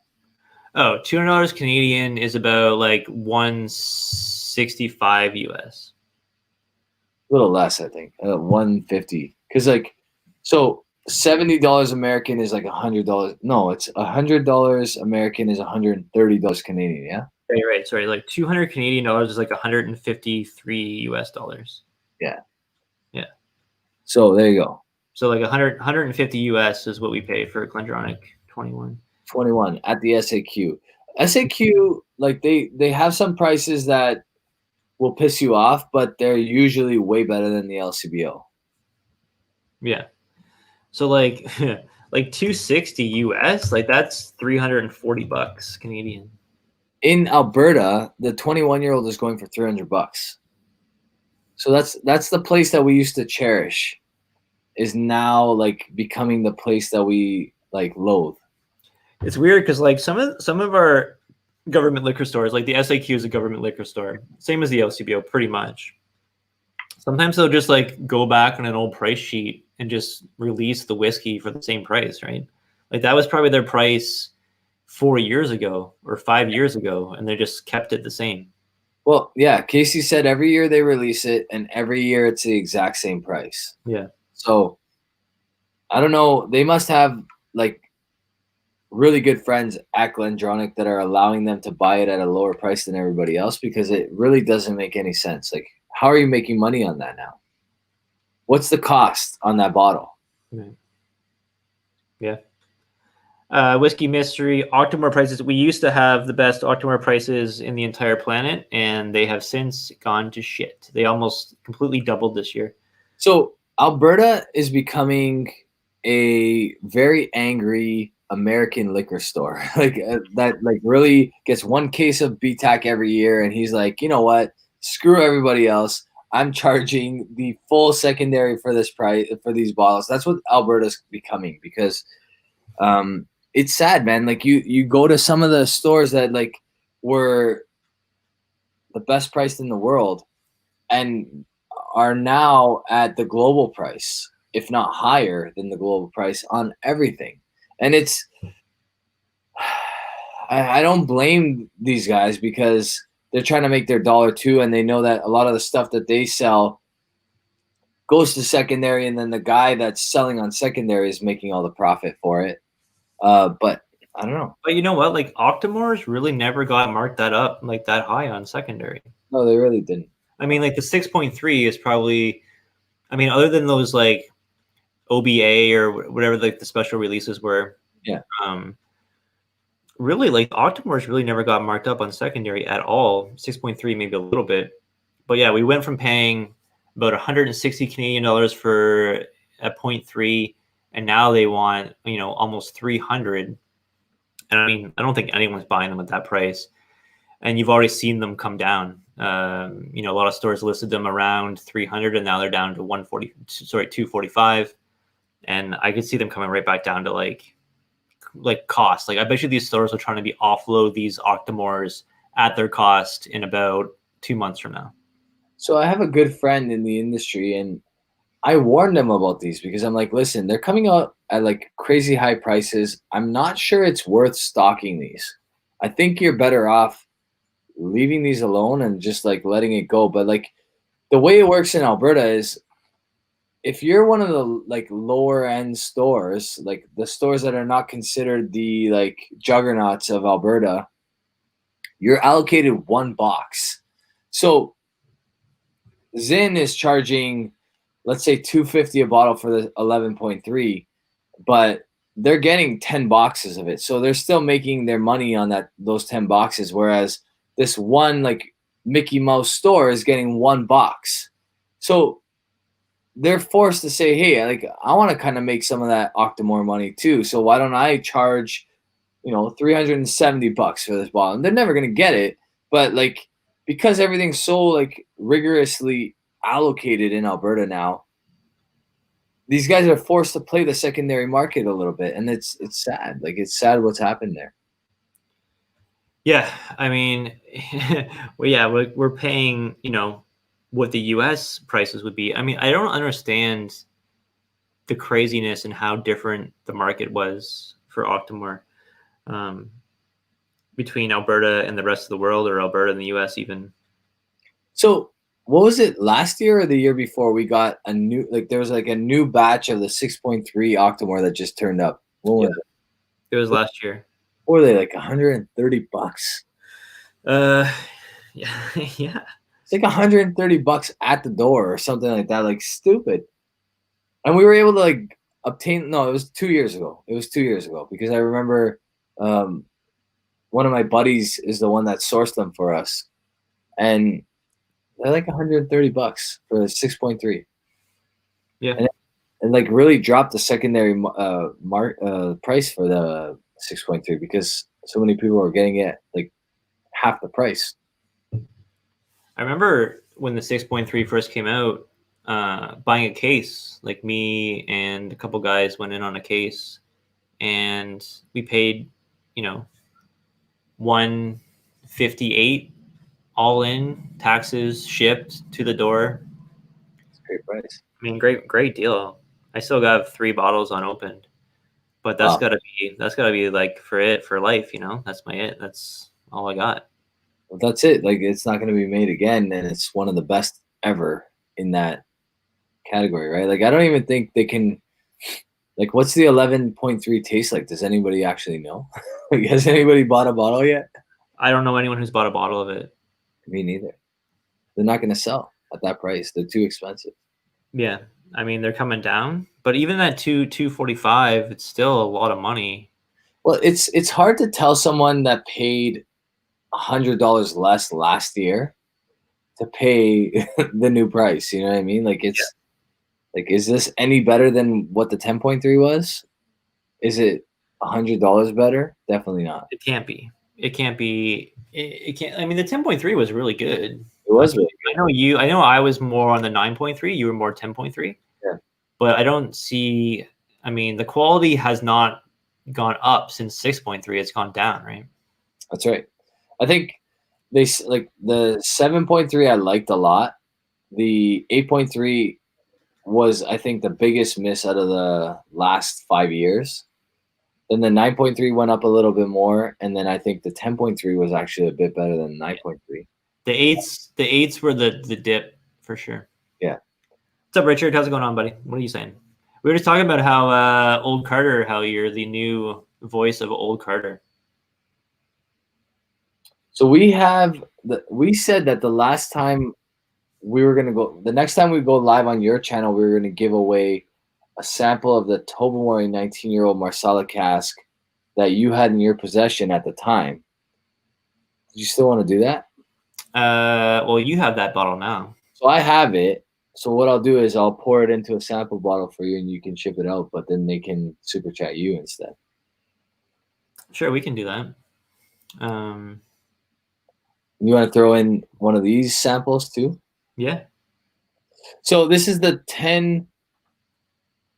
GlenAllachie Cask Strength Batch 10-year-old, 56.1%, the newest of the GlenAllachie range in the Cask Strength, other than that 21-year-old, which we're not going to talk about because I'm still very depressed about.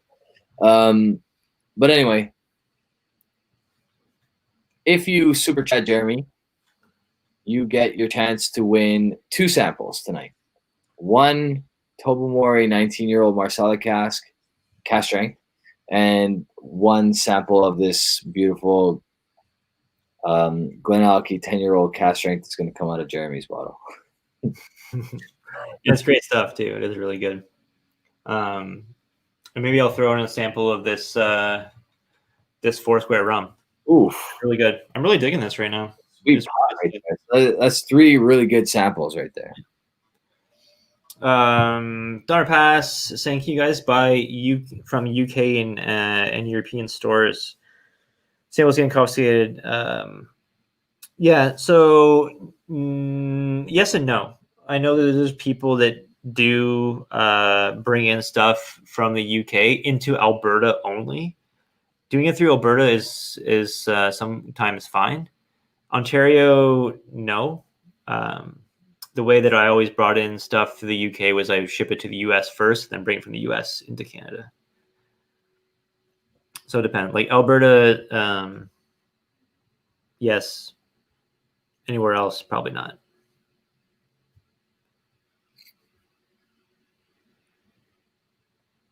I find that like Alberta, like we can tell what the prices are going to be here in Canada based on how they're like trending in the UK.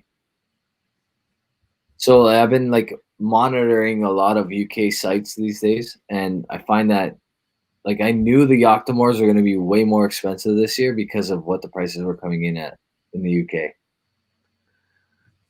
Yeah, I don't know like how that Octomore just jumped like super crazy in price. Like it makes no sense.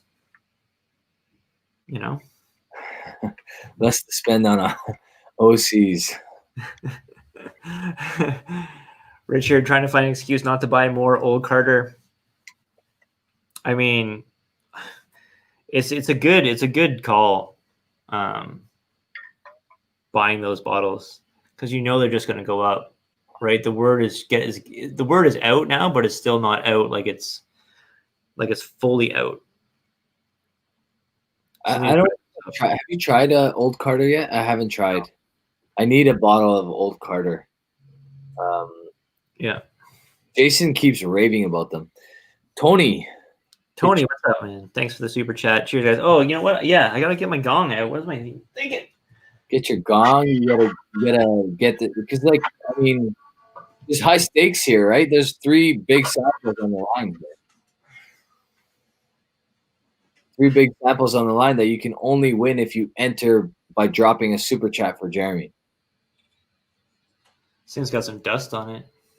Haven't had this out in a while. You haven't done a live in what, like 3 months? All right, I owe one for Swami Suave.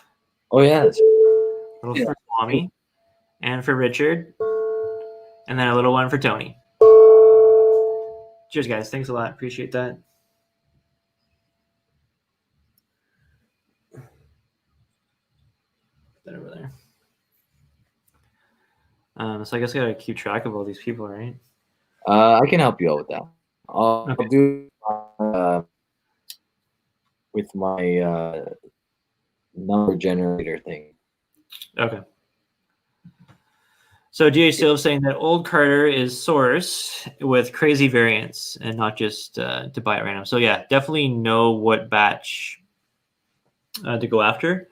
Pretty sure consensus that batch 3 is one of the better ones as far as Richard saying that, and Malt Review said a review on that, and they were loving batch 3.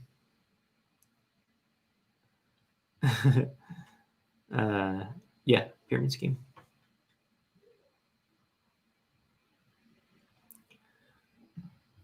Dominic's asking, where do we get the batch 4? So UK right now, right? And I don't know where Yeah. is it in the US? I guess it is in the US, right? I want to say it was World of Whiskey in Right. the UK, or it could have been Tindrum. Can't remember exactly which one of those two. Right. It was all Jasper. Arrest him first.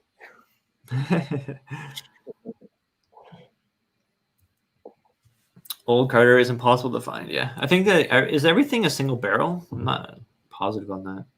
Paulo's saying that the SAQ already has batch 4. The GlenAllachie. Oh, really? Okay, there you go. That's another reason why I like SAQ better than the LCBO. They always have things faster than us. They're easier to deal with, those French people. I don't know how the SAQ beats the LCBO all the time, because the LCBO would have more buying power, but It's because they're less greedy, and they know that like they gauge their economy too. Like they gauge the and people in Quebec are like more resilient. Like they're harder with their hockey team, and they're harder with their like liquor prices. They won't buy if it's not priced right. Mm-hmm. It's Yeah, smart. so Old Carter batch 3 bourbon, and then Richard's saying that the batch 3 American straight whiskey is also good. So Yeah, far, they do rye, they do American, and they do bourbon. So far, really good odds right now to win those 3 samples from you. Only 3 guys. Only 3 guys looking to win those 3 samples from you so far. Very good odds. So very good odds. Now's the time to jump in if you guys drop a super chat for Jeremy. We get good prices on the Springbank 12 cash strength, right? Like, what do we pay for that? 130 Canadian? It's usually less. It's actually like closer to $100. There you go. Like, I mean, like, it's not fair to include shipping and stuff like that, because that's not the true cost, right? Mm-hmm. But yeah, I want to say about maybe 120 on average. Yeah, so like Alberta gets those. We don't see them in Ontario. We don't get the 12-year-old. Alberta gets them. Quebec gets them. That's about it. Ontario gets 10, 15, 18, and that's it. I don't think, do they get 25 or 21? I don't think they do. We get the 18, but like it's not even a fair like assessment of the 18, because it's $300 here. Right. Which is like double the price of Alberta. Yeah. And Quebec, for that matter. Yeah. So it doesn't even like. I'm telling you, LCBO is the worst. Well, second worst. I have a different view of secondary than you do, but you're right. You're right. There are some good people in there, but every once in a while, LCBO will surprise you with a really, really good price. Oh, and a heads up for everyone in Ontario. Tomorrow they are releasing, between tomorrow and like the end of the weekend, they have a vintages allocated bourbon and Scotch lottery. So it's for the Weller CYBP, for the Weller Full Proof, the EH Taylor. What is it? What's the EH Taylor they got going up there? The 18-year-old. The 18, and then a couple Ardbegs. So if you're in Ontario, make sure you get ready to get disappointed on the lottery draw that's open tomorrow in the weekend. I feel like some of it's such a weird lottery because like half the guys that are buying those bourbons have no interest in those Scotch. It's kind of weird that they put the Ardbeg Black and the 19 on lottery. Yeah, like the Ardbeg Black should not be on lottery unless it's a committee release. It's not the committee release, so like who cares? Anybody can buy an Ardbeg Black. How many bottles do you think of the Weller they're getting each? I want to say a couple hundred, maybe 100 each. I was gonna say less. It's possible. Well, what do they usually get a good amount of BTAC each, don't they? Well, yeah, you're right. They probably get like a couple hundred BTAC. I think that one year that the George T. Stagg, they had maybe 300, 350 bottles, maybe something like that. Got another super chat. Jonathan with the super chat. Cheers, buddy. Well, Jonathan. So we're at 4. So the odds are very good. When do you want to like put the time in for this? Let's do five more minutes. 5 more minutes. All right. So we have 5 more minutes to get Jeremy's 3 samples, and right now we have 4 contestants. Not so much love for the Ardbeg Black this year. Yeah, I wasn't big on it. I've been pretty critical of Ardbeg releases, special releases in the last couple years. The new 19 is supposed to be awesome. Not like 91 from Surge. I don't know. Honestly, I don't agree with that. I mean, I haven't tried the new one, but the first release 19, I wasn't big on it either. He gave the first release an 88, so there is like good differentiation between the 2 scores. But Dustin and Mike did the 1 and the 2. I think they both like the 2 better. Mm-hmm. If I'm not mistaken. It seems to be the consensus that the 2 is better, to be honest. Yeah. They did like the new 19, but it wasn't a huge upgrade. So, Ryan Parker. Hey, Ryan. Cheers, bud. Hey, you got the same odds as everyone else. So, good luck to you, man.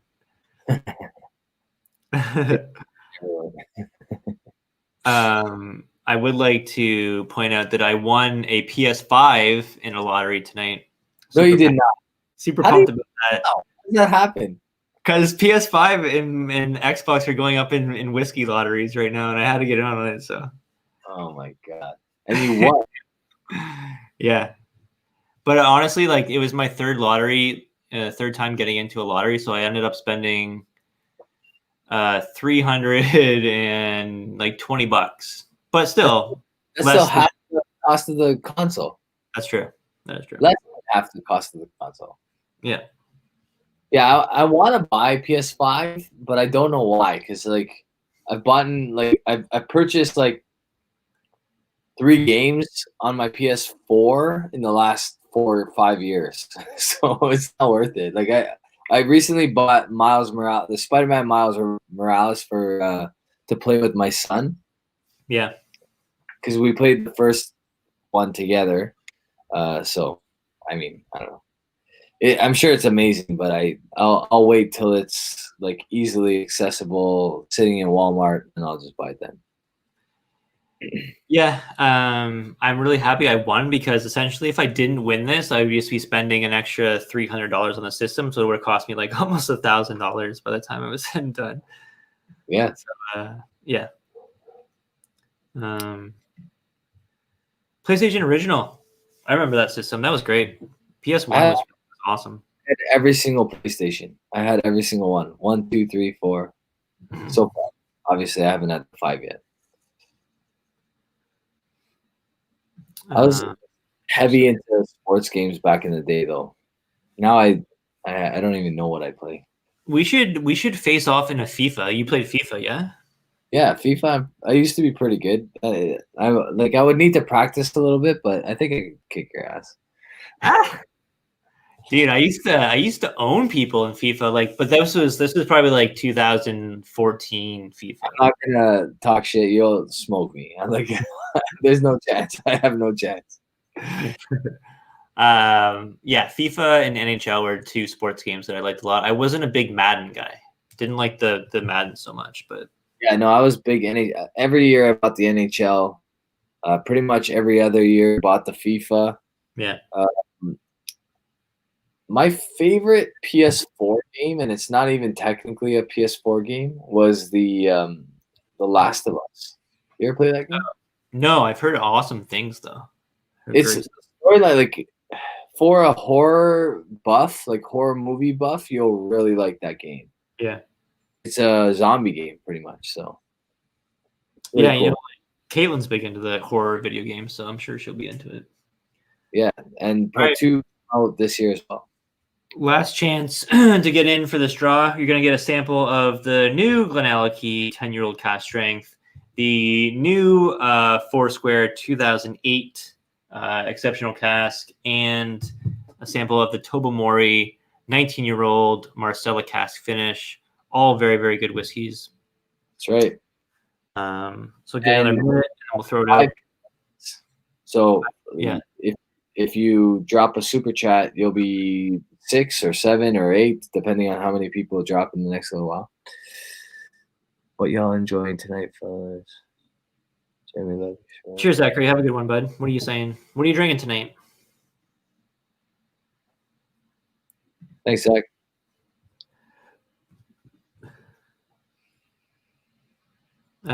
Yeah, I think the GlenDronach 21 was the 2020. Yeah, it's 2020. It's a 25-year-old whiskey. Show it to you. See if you can make out the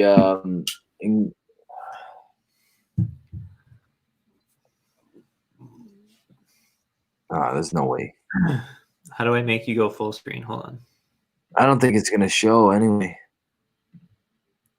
Can you see it? No. Stephen Connor dropped a super chat. Anyway, it says 2020, Cheers, Steve. 2020 06 11.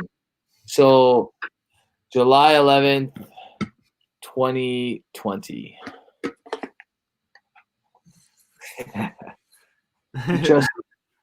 They trust you. So we have Steven as number 6. Steven, that's a lucky number, man. I think you're gonna win. All right, let's roll it up. So you want to recap who has who number? You want to just type it in the chat? Okay, so we got. Do you want me to type it? Yeah, just type it in the chat. Why can't I type it? I don't even have a chat typing option. Okay. Can I read it to you and you type it? Okay, so it's Swami. Okay, look. Oh, you can't see that, can you? Focus. No. All right. Okay. Swami is number 1. Yeah. Richard is number 2. Tony is number 3. Jonathan is number 4. Ryan is number 5. And Steven is number 6. Who is number 5? Ryan.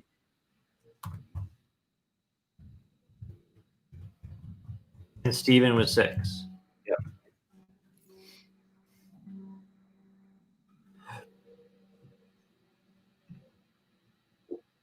All right, so is that right? Swami, Richard, Tony, Jonathan, Ryan, and Steven. Those are all correct. All right, you want to do your random little phone thing and see who wins? I will do the random little phone thing. Okay. Okay.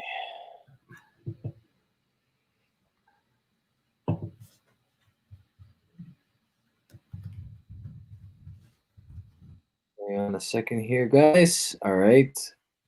Here we go. So the winner.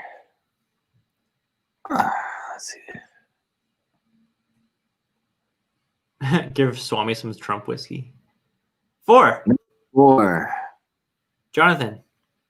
So that's Jonathan. Yeah. All right, Jonathan, you are the winner. Jeremy, you need to get his information. Yeah, so email me at sippersocialclub@gmail. Richard never wins these things, man. Poor guy. Zachary jumped in again.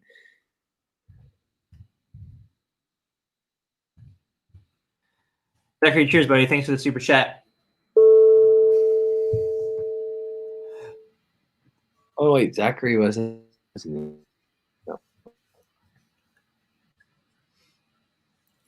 So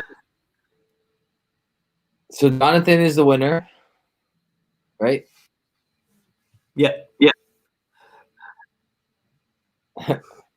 Jonathan is really excited. He said he never wins anything.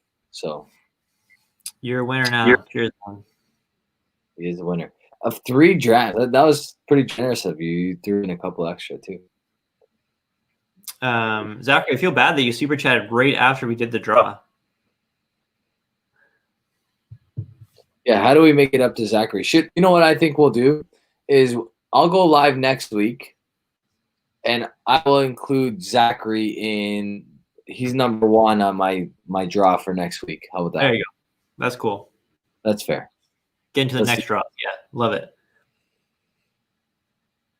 Perfect. We'll do that. All right, man. Well, I got to go to work in the morning, so I probably should head to bed.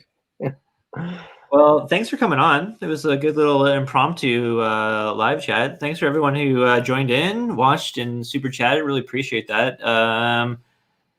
Rob, tell them what you got going on your channel. So we are slowly approaching 10K on my channel. We will have like a little 10K get together on my channel with, hopefully, if it all works out, Jason from the Mash and Drum, Scotty from the Scotch Test Dummies, although I'm not sure if he has his taste and smell back from his COVID experience, but hopefully he does. He's doing well as far as the last time I checked in.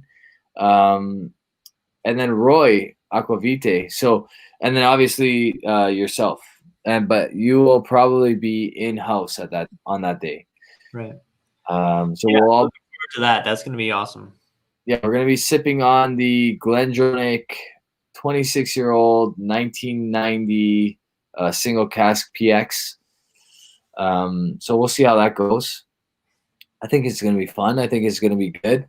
And there's, and I was going to do a draw as well. So before I hit 100 subs, or before we do the live for the 100 subs anyway, or 10,000 subs, I should say, not 100. If you are one of my Patreons, so like whether you're $1 or whatever, if you're one of my Patreons, you automatically get entered in the draw to get one of the samples of the PX GlenAllachie 26-year-old single cask as well. So you have a chance to win 2 drams of that, Jeremy, because you're one of my Patreons. I'll just take the one pour. You give it to somebody else for sure. The one pour, yeah, no. So we'll see how that goes. But yeah, that's it. That's awesome. Everything. Tomorrow I'm releasing a video. What's the best 18-year-old Scotch? Where I semi-blind test 12 different 18-year-old Scotch whiskeys and pick my favorite. So check that one out tomorrow. And yeah, thanks for everyone joining in. Really appreciate it. And until next time, guys, have a good one. Cheers. Cheers, guys.